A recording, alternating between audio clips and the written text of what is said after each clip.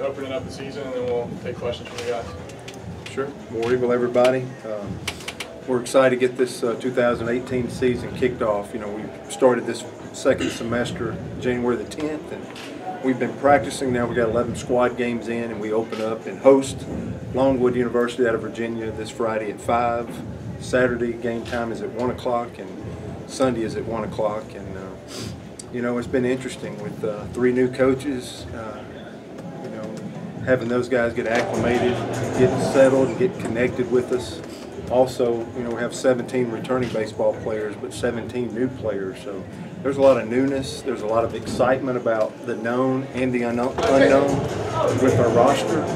But we've gotten down to these last, you know, 48 hours before we get to go compete. And definitely have somebody to my left and right with Dylan Ingram, our senior first baseman, and Casey Myers, our junior right-handed pitcher, that'll get the ball game one.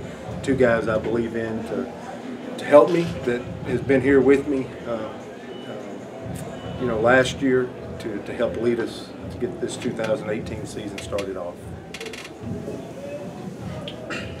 Questions? Butch, could you maybe go over who you expect to be the starters and contributors this season? Yeah, what I know is we'll see a left-handed pitcher, what's his name, Farkas, on Friday, and we'll see a right-handed starter that Longwood announced, Boyston.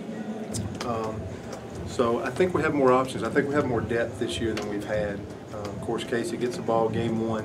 Davis Daniel had a great bullpen for us today, so we'll pencil him in at Saturday. And then I think both clubs are saying we're TBA, which somebody said to me a while ago, you know, does TB stand for Tanner Burns? So that might happen, but, you know, we'll respect the game. We're asking Casey to probably give us, maybe not innings or a certain number of pitches, but he's probably trained for 70, 75 pitches, maybe 4 or 5 innings. I think the last outing he went 4 innings in a squad game. So I mentioned that by saying that, you know, we might have to cover 8 or 9 innings the first 2 ball games out of the bullpen. So we want to make sure that we stay strong in our bullpen. A lot of guys don't get opportunities. So I would think over half the game or over half the game is going to be covered by our bullpen the first 2 days. So we want to wait before we announce the starter to see how things shake out. It looks like if everything holds the same, we'll start Brett Wright at catcher. But also, as we go through the weekend, Stephen Williams, I'd love to get a start, the freshman from Albany, Georgia. You know, Dylan at first base, we're still got another practice to go through and make sure everybody comes out of it healthy and not banged up. But Dylan Ingram, Brendan Venter, our guys we'd love to get both their bats in the lineup. But I'm excited to have my senior out on the field to get me started off. Luke Jarvis at second base. You know, that's how we ended the season. Just love Luke being at second base. I feel like he's a really good shortstop, and I think he has a chance to be a dynamic second baseman. And that gives the opportunity for sophomore Will Holland, if he can dominate the routine play like I know he can, to get an opportunity to, you know, play shortstop every day. You know, still, he got so much experience last year. Will, he started 41 ball games and appeared in 45, so I think he's ready. And all of our preseason work, we've given him the lion's share of reps at shortstop. Josh Anthony, of course, I thought that was some of the best third base play.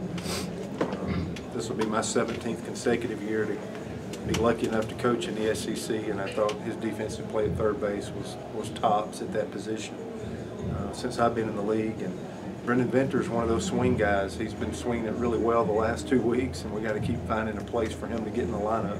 He's had most of the reps or shared the reps with Josh, because when we practice, you know, we don't play any outside competition our whole fall, and all this leading up to we play another opponent. We don't get to play outside competition, so we're always playing 2 teams, and so a lot of these reps are shared equally. So that's a known commodity on the infield with Josh, with Will, with Jarvis, with Dylan, and these guys have played in our program and played big games and won big games and had success and are a year older, and I'm excited to see them, you know, compete. Casey and Davis Daniel are known commodities in this 1 and 2 hole starting pitchers. Brett Wright, Stephen Williams are exciting, but they're unknown. And I would just lead into outfield with saying the same thing. Jay Estes, since we came back in August, is basically, he's taken some ground balls on the infield recently, just for a coaching staff to be prepared if you have to make some adjustments or somebody goes down. But really from day one, we've played him in center field and feel like that's went really well. I'm excited to see Jay, because he's never off of a fastball. We think he does something offensively for us. And, you know, center field has been these last 2 years I've been scared to death about replacing center field. You had Anthony Greer 2 years ago, and that's the first pick of the Arizona Diamondbacks, and how do you replace that? And then, you know, we didn't know that number 41, Jonah Todd, would be second in the SEC in hitting and did such a good job, but he did so well that he went the 6th round and bounced out of the program. So we feel like Jay's that next guy. Judd Ward, freshman from Russellville. We think Jeremy Johnson can play that role as well, but fairly interchangeable. Stephen Williams, we don't have the dual pitcher position player, but we've got a lot of dual defensive positions. Stephen Williams, catcher to right field. Edward Julian is another left-handed bat that's a freshman, swinging it well. He's a second base right fielder. And then left fielder, we have put Connor Davis. We have not played him at first base. Estes and Connor Davis have went to that outfield and played it every day. And I didn't know if it was going to happen or not in the fall. In the last couple of weeks, I'm starting to really get some assurance and feeling good that Connor Davis has grown as an outfielder and is playing it well. So I think he'll get some sincere opportunities, probably opening day in left field, to do that.